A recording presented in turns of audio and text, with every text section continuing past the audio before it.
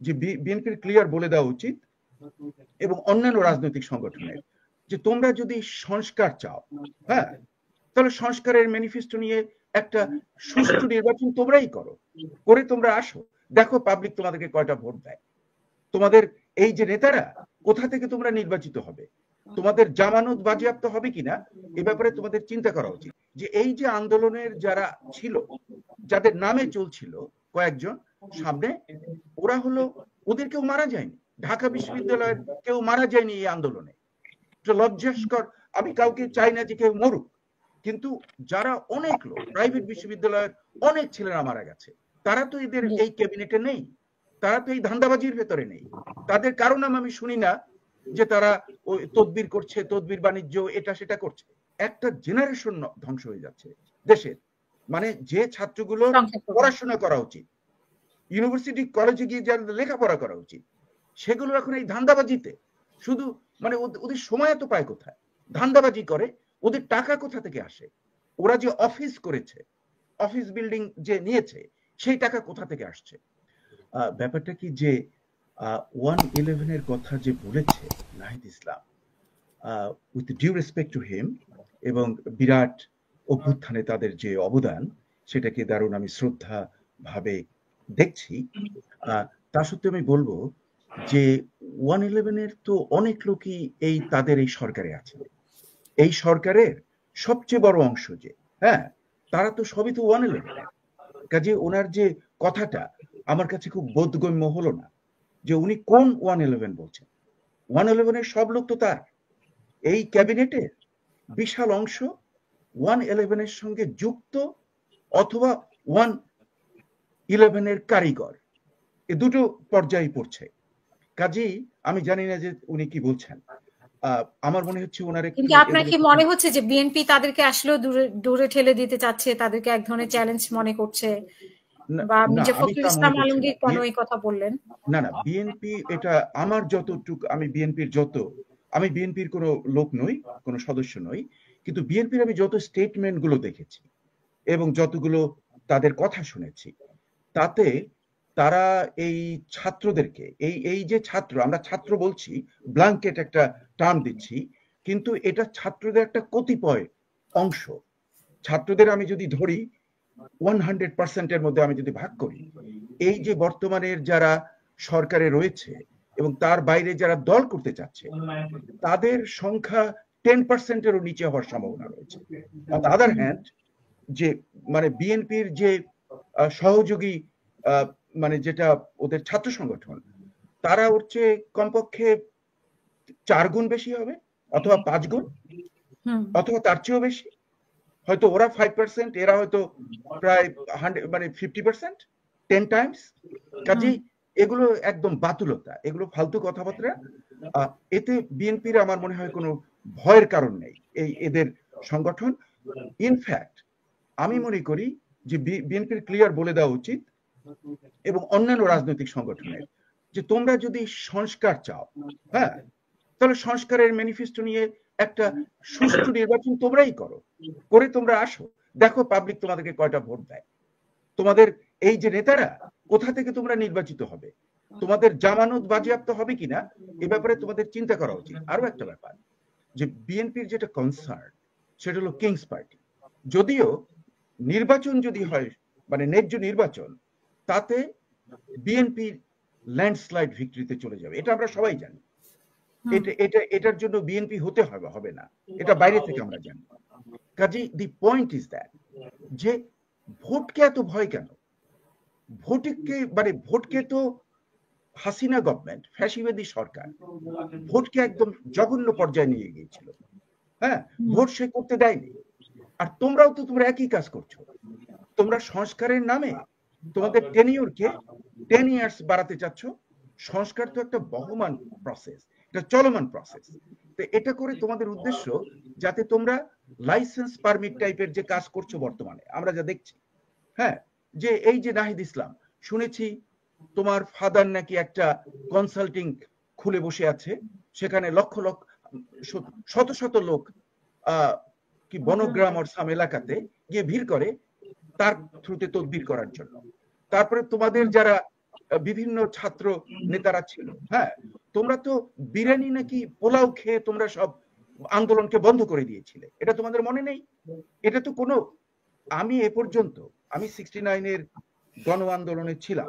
But Nahid ইসলামকে তো পিটিয়েছে, মানে তার শরীরের আঘাত আমরা দেখেছি।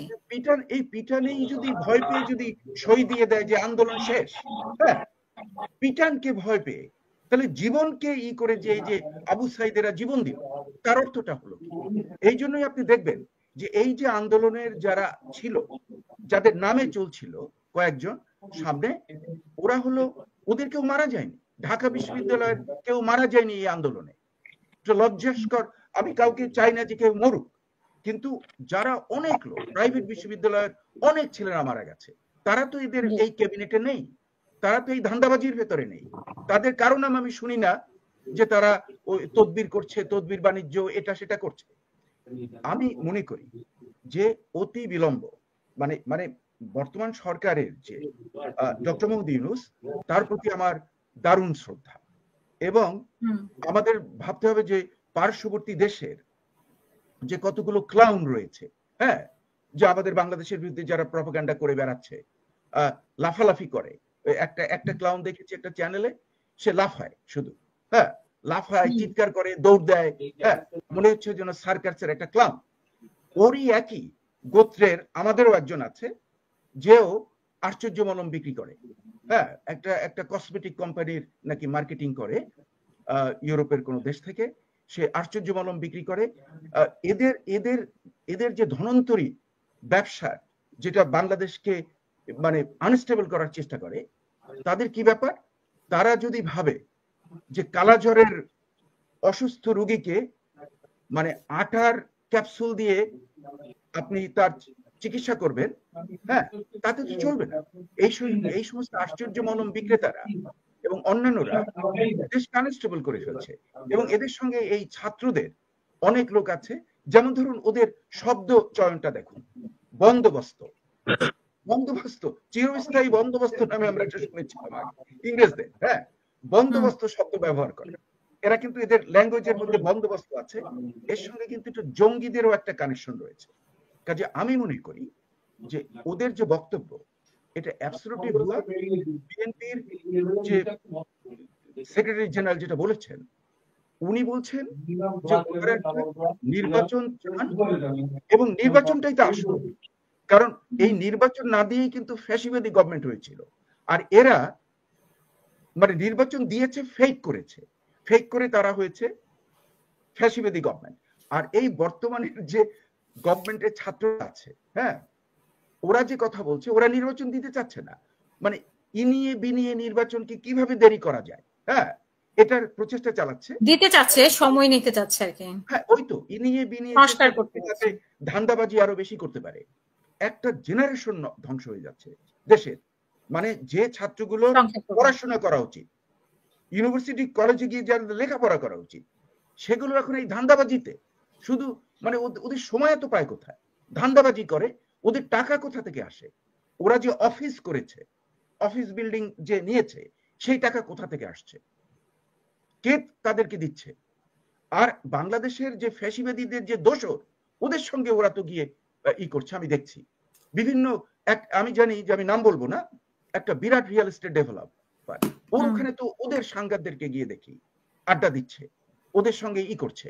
কাজেই যে পুরো ব্যবস্থাটাকে ডক্টর মোহাম্মদ ইউনূসের মতো একজন মানে দারুণ শ্রদ্ধেয় ব্যক্তি, যার মর্যাদা আমরা দেখছি ড্যাভোস সম্মেলনে, যে তার যে কত বড় মর্যাদা, আমি যুক্তরাষ্ট্রের নিউজে দেখছি যে ওনাকে হাইলাইট করা হয়, উনি যে ওখানে গেছেন, ওনাকে মানে উনি অসহায় হয়ে গেছেন, কারণ চারিদিকে যারা ঘিরে ধরে আছে, হ্যাঁ, এরা তো 111 এর লোকজন, এবং উনিও ছিলেন তার সঙ্গে কিছুটা জড়িত। আর এই ধান্দাবাজ ছাত্ররা, ওরা জানে না ওরা 111 বলে মির্জা ফখরুলকে করছে, অপবাদ দেওয়ার চেষ্টা করছে, যেটা অ্যাবসলিউটলি ভুয়া। তোদের যদি কোনো কিছু করার প্ল্যান থাকে, তোরা ম্যানিফেস্টো আকারে নির্বাচনে আস, তো ফেয়ার নির্বাচন দেখ না জনগণ কি চায়। না, ওরা বলছে যে জনগণ ওদেরকে নাকি একদম ব্ল্যাঙ্ক চেক দিয়ে দিয়েছে, যে চেক দিয়েছে সমর্থন করছে। এটা তো হাসিনাও বলেছে, এটা তো যে কোনো ফ্যাসিবাদী ডিক্টেটর একই কথা বলে। জনগণের কাছে না গিয়ে সবাই আমাকে সমর্থন করে। এই ধরনের ফালতু কথাবার্তা বাদ দিয়ে অচিরে নির্বাচন দিয়ে তাড়াতাড়ি সটকে পড়া ভালো। Back to the university and college, লেখাপড়ায় চলে যাও তোমরা। তা না হলে কিন্তু এই কতিপয়, এটা কিন্তু ছাত্র সমাজের কথা আমি বলছি না, বিশাল ছাত্র সমাজ যারা এই ধান্দাবাজির মধ্যে নেই, এটা হাতে গোনতি কয়েকজন হ্যাঁ ধান্দাবাজিতে আছে। চেহারাও কিন্তু অনেক চেঞ্জ হয়ে গেছে। আপনি দেখবেন একটা জেল্লা পড়ে গেছে, মানে ভালো খাওয়া দাওয়া করছে বর্তমানে, পোশাক পরিচ্ছদের মধ্যে একটা মানে বেশ জেল্লা দেখছি। এদের এই ধান্দাবাজদেরকে মানে পিটিয়ে ভাগিয়ে দিয়ে আমার মনে হয় যে অচিরে একটা নিরপেক্ষ সরকারের আন্ডারে নির্বাচন দিয়ে যে যা বলুক, যে যদি যে আওয়ামী লীগ, আমি আওয়ামী লীগের কথা বলবো, যে আওয়ামী লীগের যারা অন্যায় করেছে তাদেরকে প্রপার শাস্তি দাও দেশের আইন অনুযায়ী। কিন্তু আওয়ামী লীগকে নির্বাচন থেকে তুমি দূরে রাখবে কেন? Let them come to election, public will decide. জনগণই তো তার, তুমি যদি নির্বাচনটাকে ফেয়ার শুধু তাই নয়, আমি আরো অ্যাড করব যে আপনি যদি আওয়ামী লীগকে ব্যান করতে চান তাহলে জামাতকেও তো ব্যান করতে হয়। কিন্তু সেটা কি ঠিক হবে? জামাত তো অনেক আগে একটা মানে তারা ভুল করেছিল, কিন্তু 52 ইয়ার্স চলে গেছে, তারা তো ওর মধ্যে নেই। এই নিউ জেনারেশন আছে জামাতরা, ওরা তো ওই স্বাধীনতা যুদ্ধের সঙ্গে জড়িত ছিল না। কাজেই কাউকে ব্যান করার দরকার নেই, একটা ন্যায্য নির্বাচন হোক এবং সেই ন্যায্য নির্বাচনে দেখা যাক কে কত পায়। ওদের যদি কোনো সংস্কার করার প্ল্যান থাকে সেটাকে ম্যানিফেস্টো আকারে জনগণের সামনে আনো যে তারা পছন্দ করে কিনা। সোজা ব্যাপার না, আমরা যেটা করব এটা জনগণ চাচ্ছে। আর এটা তো অন্য ডিক্টেটররাও বলছে, এটা তো হাসিনাও বলেছিল, এটা তো এরশাদও বলেছিল। মানে এই যে জিনিসটা আমার কাছে মানে বিস্ময় লাগে। যে আরো একটা আমি কথা বলবো, যে যেটা ফাইন্যান্সিয়াল স্টেটমেন্ট, মূলধনের যে মানে যেটা কাগজপত্র, সেটা কোথায়? তার তো কোনো হিসাব নাই। তোরা তাই বল, তোরা এই যে ছাত্ররা আছিস, তোরা যদি সত্যি অনেস্ট হয়ে থাকিস তাহলে তোরা বল যে সবাইকে যারা সরকারের সঙ্গে জড়িত সবাইকে ফাইন্যান্সিয়াল স্টেটমেন্ট দিতে হবে, কার কি সম্পদ রয়েছে, চুরিকে বন্ধ করা যায়। তোরা যদি চুরির সমর্থন করো, তোদের সংস্কারকে কে 2 পয়সার পাত্তা দেয়?